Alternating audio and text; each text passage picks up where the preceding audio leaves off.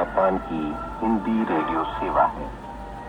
ये प्रसारण shortwave 11,655 kilohertz पर दक्षिण पश्चिम एशिया क्षेत्र के लिए समय हुआ है UTC अपराह्न 3:30 बजे, यानी भारतीय समयानुसार रात 9 बजे।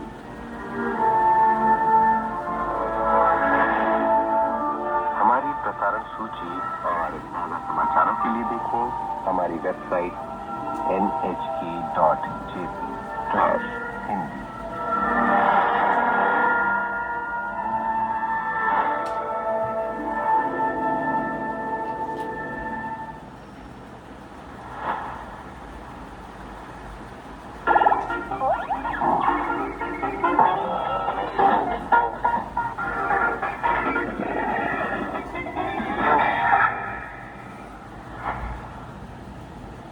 NHK वर्ल्ड जापान की हिंदी सेवा में आपका स्वागत है। मैं हूं लोचनी अस्थाना। जापान की लघु कथाओं के कार्यक्रम साहित्य सरिता में आज हम लेकर आए हैं कहानी पत्थरों का कोया। इसकी लेखिका है उएदा सायोरी।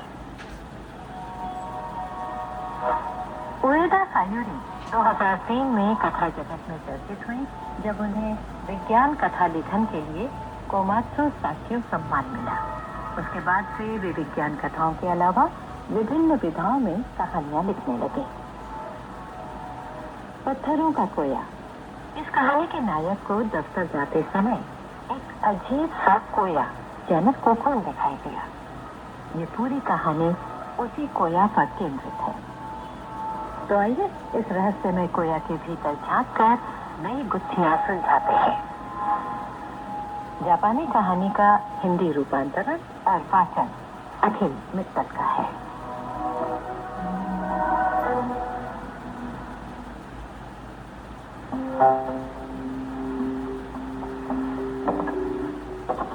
काम पर जाते हुए यकायक मैंने नजर उठाई तो सामने दिखाई पड़ गया। एक सफेद कोया टेलीफोन के खंभे के शिखर पर लटका हुआ था। उसका आकार इतना बड़ा था कि मानना कठिन था कि उसे किसी कीट ने बुना होगा। लगता था कोई इंसान गेंद की आकृति में बैठा है। क्या ये किसी विद्यार्थी की कलाकृति है?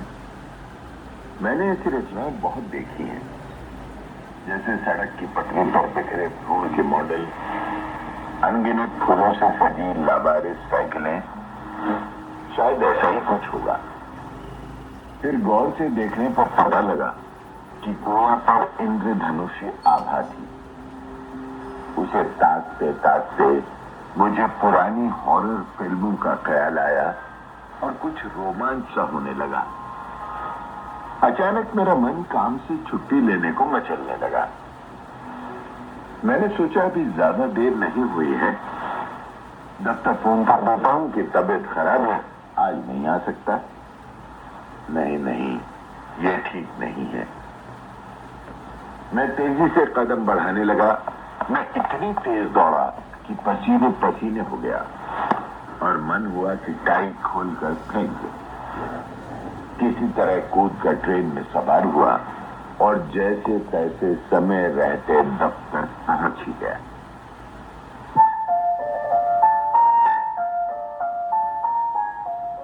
हमेशा की तरह ढेर सारा काम मेरी प्रतीक्षा कर रहा था। ग्राहकों की शिकायतें निपटाना, एक के बाद एक बैठकों में चेहरे पर मुस्कान लिए ग्राहकों के बेतुके अनुरोध सुनना, बॉस के ताने सहन करना। कभी कभी तो तनाव के मारे उल्टी करने का मन करता था। मैं अपने काम की लगातार बढ़ती जिम्मेदारियों को निभाने की भरसक कोशिश कर रहा था। मेरा काम भी ऐसा था कि हरदम डर सताता रहता था कि कभी भी नौकरी से निकाला जा सकता है। मैं चाहकर भी रुक नहीं सकता था, चाहकर भी नौकरी नहीं छोड़ सकता था। पर शायद ऐसा नहीं था। अगर मैं ठान लेता तो छोड़ भी सकता था। पर मैं जिंदगी में मुश्किलें और तकलीफें बढ़ाना नहीं चाहता था, इसलिए डर के मारे काम करता रहा। पर सच कहूं तो मैं नौकरी छोड़ना चाहता था।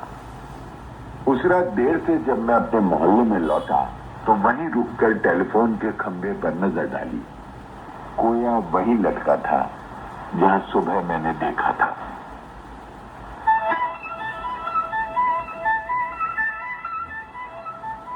अंधेरे में उसमें दूधिया चमक थी, उसमें से रोशनी निकलती दिखाई दे रही थी। तो क्या वो इंसान का बनाया हुआ था? अरे नहीं, जुगनू भी तो अपने प्रकाश में चमकते हैं, कुछ मशरूम भी जगमगाते हैं। देखते देखते कोया में हल्का स्पंदन प्रतीत होने लगा, जैसे तितली के जन्म से पहले इल्ली फड़कती है। मैं सोचने लगा कि क्या इसमें से कुछ निकलने वाला है। अब उत्सुकता की जगह आशंका लेने लगी थी। मैं डर के मारे पीछे हट गया। पल भर में ही कोया का मुंह चटाक से खुल गया, उसके भीतर से विस्फोट सा हुआ और मेरे कदमों पर जोर से कुछ बरसने लगा, मानो ओले पड़ रहे हो।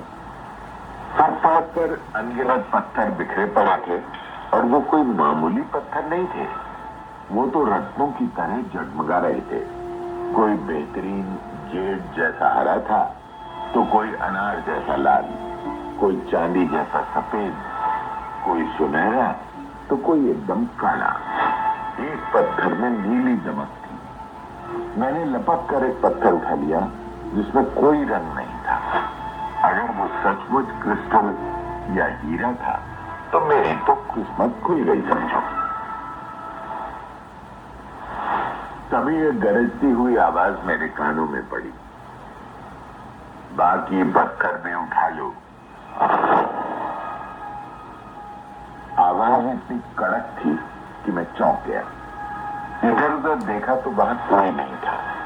मेरा दिल जोर से धड़कने लगा, मेरी घिघी बंध गई। मैंने झटपट पत्थर बटोरे और बैग में भर लिए।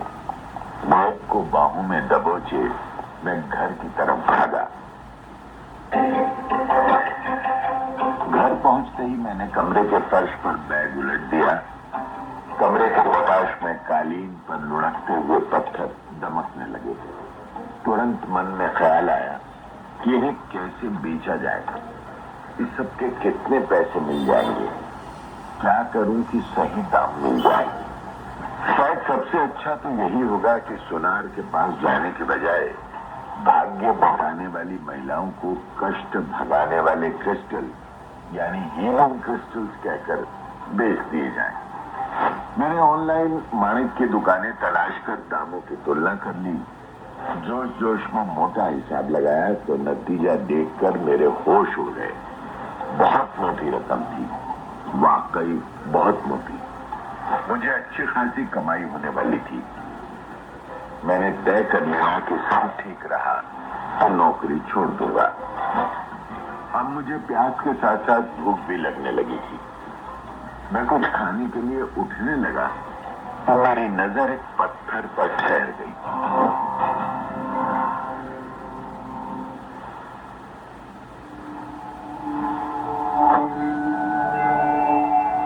उस लाल पत्थर में से खुशबू आ रही थी।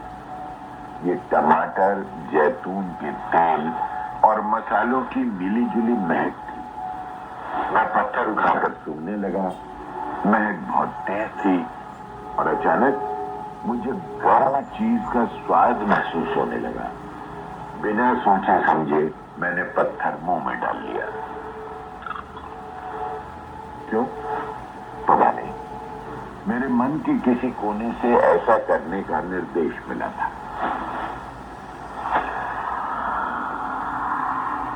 पत्थर तुरंत मुंह में घुल गया। एक अद्भुत एहसास ने मेरे शरीर को भीतर से शांत कर दिया। मैंने खुद को अपने घर से दूर एक इटालियन रेस्टोरेंट में पाया जहां मैं पहले कभी नहीं गया था। वहां वेटर इधर से उधर दौड़ भाग कर रहे थे। पता नहीं कैसे मेरे शरीर से आर पार आ जा रहे थे और चिल्लाकर मुझे रास्ते से हटने को भी नहीं कह रहे थे। मैं तो हवा की तरह शांत खड़ा था। तभी मुझे एहसास हुआ कि मैं सपना देख रहा था।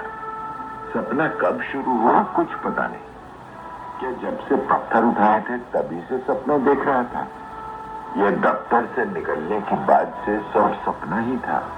अगर ये सपना था तो कुछ भी हो सकता था। ये खाली टेबल देखकर मैं कुर्सी पर बैठ गया। वेटर ने मेरे सामने एक प्लेट में कुछ खाना रख दिया। उसमें टमाटर और चीज के साथ भुना हुआ चिकन था। मैं उसे झटपट चढ़ कर गया। आमतौर पर जब खाने का सपना आता है तो कोई स्वाद महसूस नहीं होता, पर उस दिन बात कुछ अलग थी। मुझे सचमुच महसूस हो रहा था कि मैं कुछ खा रहा हूँ। पेट भरने का एहसास होते ही सपना टूट गया।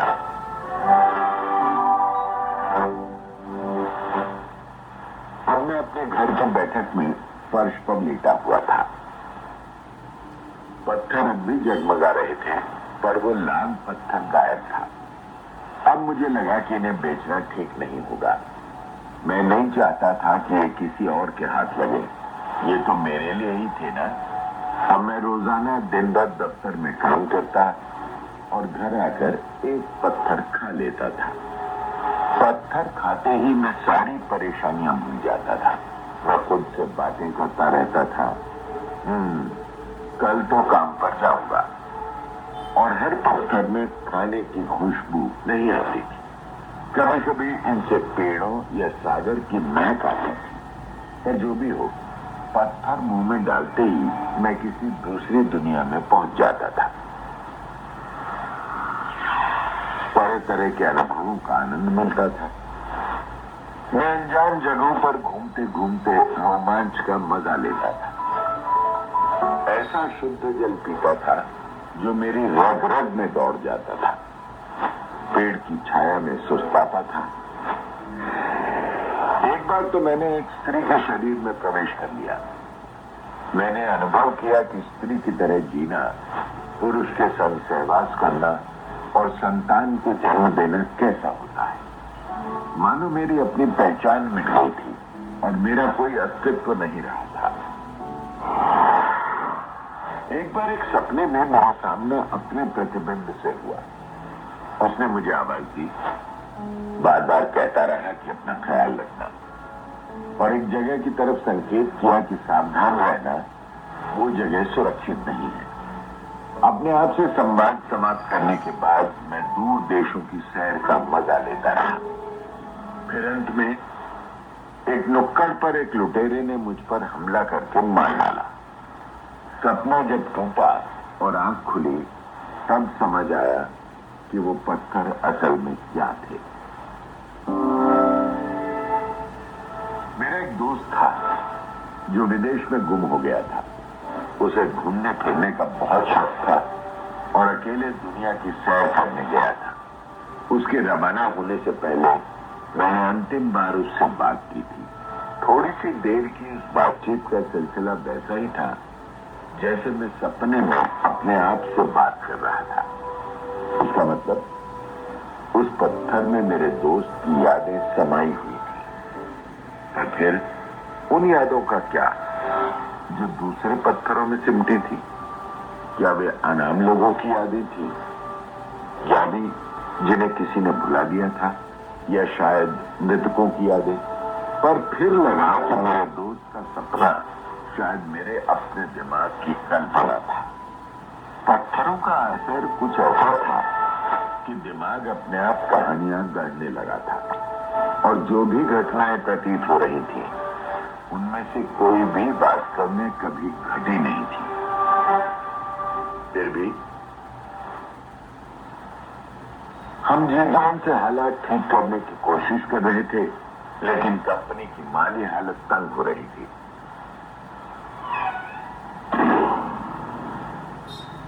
एक दिन मुझे कह दिया गया कि अब काम पर आने की जरूरत नहीं है। शायद मुझे नौकरी से हटाए जाने का कुछ मुआवजा मिलना था। मैंने राशि की पुष्टि की और उन लोगों से विदा लेकर निकल गया जिनके नीचे मैं काम करता था। मेरे बॉस शायद अब भी काम कर रहे थे। बेशक बचे खुचे लोगों के लिए रास्ता आसान नहीं होने वाला था। उनकी दशा बिगड़ने ही वाली थी। उनकी हालत के बारे में सोचने पर लगा कि कुछ न कहना ही बेहतर होगा। मैं न जाने क्या सोचते सोचते उस रास्ते पर चलता जा रहा था जिस पर अगले दिन से आने जाने की जरूरत नहीं रही थी। घर में कुछ पत्थर अब भी बचे हुए थे। मैंने तय किया कि उन सब का मजा सिर्फ मैं लूंगा। जब मैंने सारे पत्थर खा लिए तो मैं कल्पना करने लगा कि मैं सफेद कोया बनकर टेलीफोन के खंभे पर फड़ूंगा। पता नहीं क्यों मुझे यकीन था कि ऐसा ही होगा। मैं गोला बनकर ऊपर लटकते हुए धीरज से प्रतीक्षा करता रहूंगा कि कोई जरूरतमंद आकर मुझे उतारेगा, जैसे पहले मैंने उतारा था। पत्थरों ने मुझे जो सपने दिखाए वो सचमुच कमाल के थे।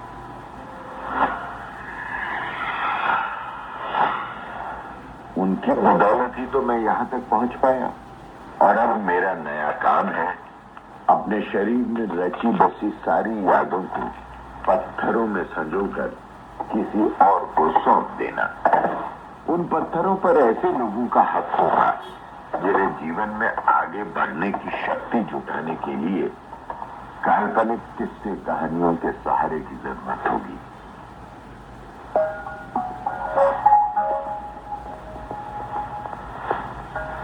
मैंने आसमान की तरफ देखा, ठीक वैसे ही जैसे उस दिन देखा था।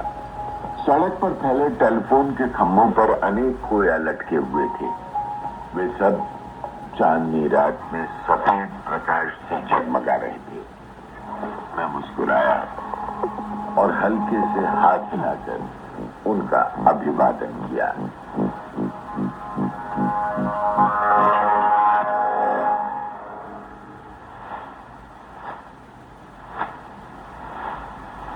साहित्य सरिता में अभी आप सुन रहे थे उएजा सायूरी की लिखी कहानी पत्थरों का कोया। हिंदी रूपांतर और स्वर अखिल मित्तल का था।